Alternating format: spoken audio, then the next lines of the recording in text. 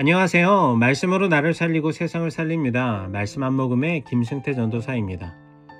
오늘 공동체 성경 읽기 본문은 요한복음 12장과 13장 말씀인데요. 그 중에서 오늘은 12장 5절부터 8절을 봉독하고 함께 말씀의 물가로 나아가도록 하겠습니다. 이 향유를 어찌하여 300데나리온에 팔아 가난한 자들에게 주지 아니하였느냐 하니, 이렇게 말하면 가난한 자들을 생각함이 아니요 그는 도둑이라 돈꾀를 맞고 거기 넣는 것을 훔쳐 가미러라.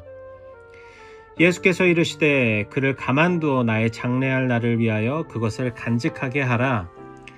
가난한 자들은 항상 너희와 함께 있거니와 나는 항상 있지 아니하리라 하시니라. 오늘 우리가 함께 읽은 이 본문은 예수님께 향유를 부은 한 여인의 이야기입니다.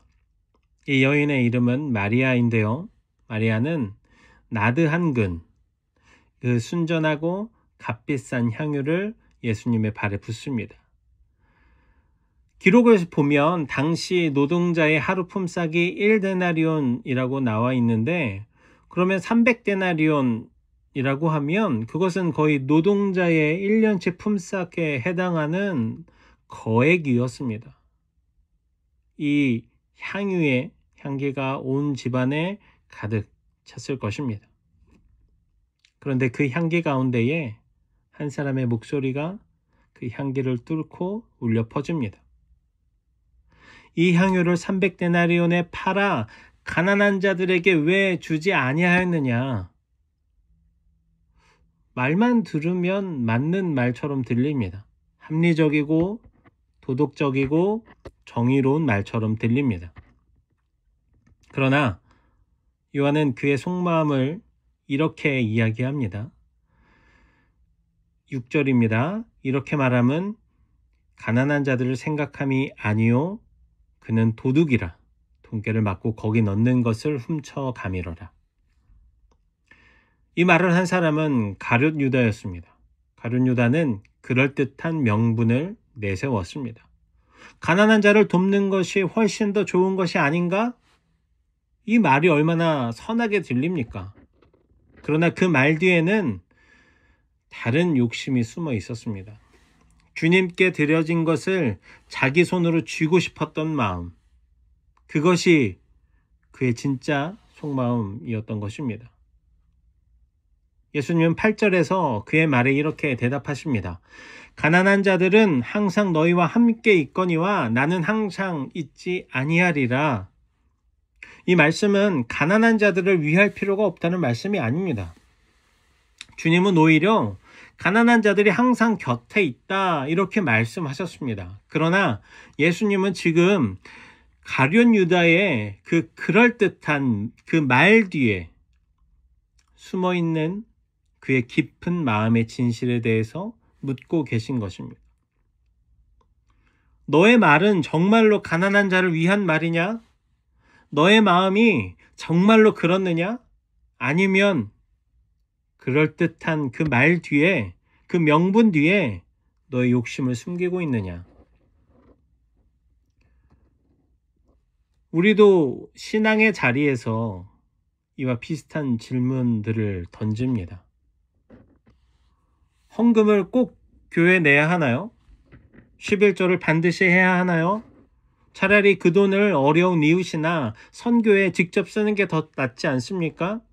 교회에서 이 헌금을 어떤 일에 사용하는지 우리가 어떻게 알 수 있고 어떻게 믿을 수 있습니까? 하나님은 마음을 보시지 돈을 보시지 않지 않나요? 이런 질문들은 얼핏 들으면 성숙한 신앙의 질문처럼 보입니다. 그러나 예수님은 오늘 우리에게 묻고 계십니다. 그 질문의 뿌리가 무엇이냐? 정말로 하나님의 뜻을 구해서 하는 말이냐? 아니면 너의 마음의 그 깊숙한 곳에 다른 이유가 있느냐? 사실 우리의 마음을 깊이 들여다보면 많은 경우에 우리는 더 좋은 사용, 더 좋은 가치 있는 곳, 이런 것을 말하지만 사실은 내가 손에서 놓고 싶지 않은 마음 때문일 때가 있습니다. 내가 손에서 놓고 싶지 않다는 마음이 무슨 뜻이냐면, 내가 번 돈인데 내가 원하는 대로 내가 생각하는 곳에, 내가 생각하기에 더 유익하고 더 가치 있는 곳에 쓰는 것이 더 낫지 않을까? 교회는 제대로 잘 못 쓰는 것 같아. 내가 생각하는 것이 더 유익한 일인데, 이런 생각들이 사실은 하나님께 드려지는 그 헌금을 자신이 원하는 것과 자신의 욕심으로 사용하려고 하는 핑계로 자리 잡고 있지는 않습니까? 여러분, 헌금은 거래가 아닙니다. 이만큼 드리면 하나님이 복을 주시겠지? 이건 헌금이니까 하나님이 알아주시겠지? 이런 마음으로 드리는 헌금은 이미 헌금이 아닙니다. 그것은 어떻게 보면 투자이고 계산일 뿐입니다. 사랑하는 여러분, 헌금은 사랑의 표현입니다. 헌금은 주권의 고백이고 감사의 언어입니다.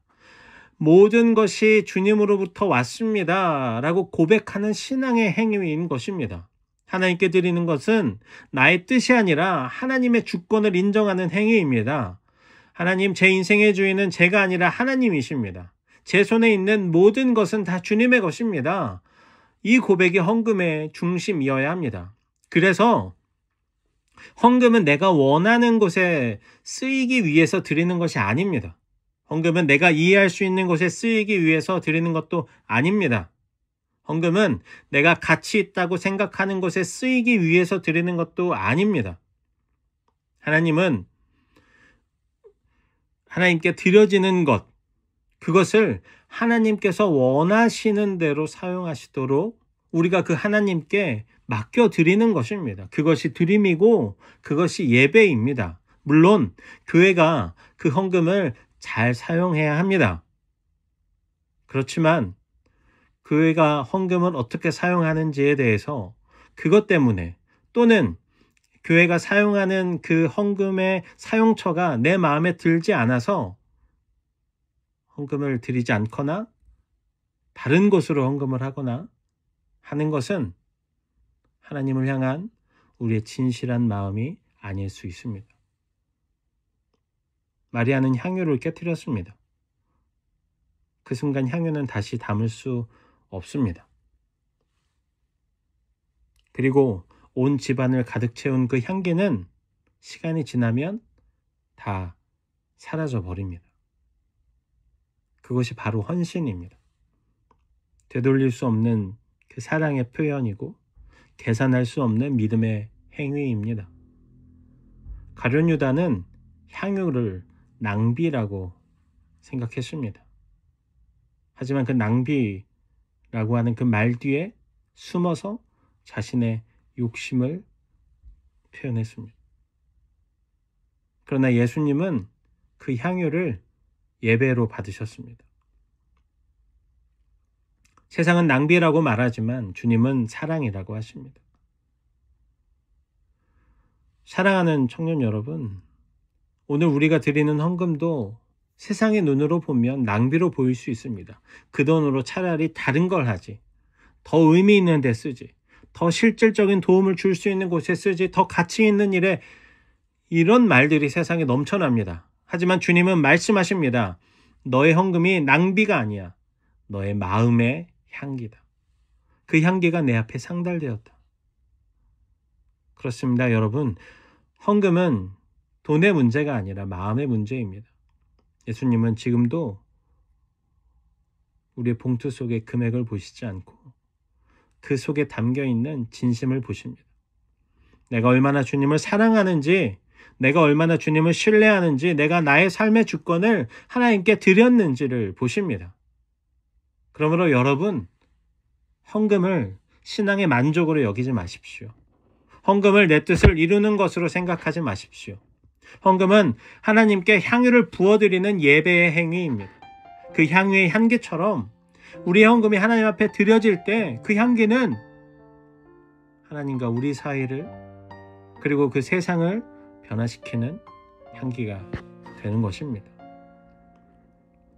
오늘 우리 마음을 깊이 들여다봅시다. 그리고 그 마음의 깊은 곳에서 주님께 진실하게 고백해 봅시다. 주님, 제 마음을 받아주십시오. 저의 것을 받아주십시오. 제 인생을 받아주십시오. 이 고백이 우리의 헌금이 되고 또 그 헌금이 우리의 믿음이 되기를 소망합니다. 이제 기도의 물가로 함께 나아갑시다. 사랑과 은혜가 풍성하신 하나님 아버지, 오늘도 하나님의 말씀을 허락하심에 감사합니다. 하나님, 우리가 하나님께 드리는 헌금을 온전한 마음으로 드리길 소망합니다. 우리 마음의 깊은 곳까지 하나님께 드리길 소망합니다. 우리 마음의 깊은 곳을 온전히 주님께 내어드리길 소망합니다. 우리의 마음을 만져주시고 받아주십시오. 주님, 우리 교회가 하나님의 말씀 위에 서는 교회가 되기를 소망합니다. 한국교회가 세상의 수많은 철학과 가치가 아니라 하나님의 말씀 위에 서는 교회가 되기를 소망합니다. 이 땅의 교회가 돌이켜서 다시 하나님을 바라볼 수 있도록 도와주십시오. 주님, 오늘 하루를 축복해 주십시오. 하나님과 함께 동행함으로 은혜가 가득한 하루가 되기를 소망합니다. 묵상과 기도 가운데 만나주시고 삶의 지혜를 주시고 만남의 축복을 허락해 주십시오. 감사합니다. 사랑합니다. 예수님의 이름으로 기도합니다. 아멘.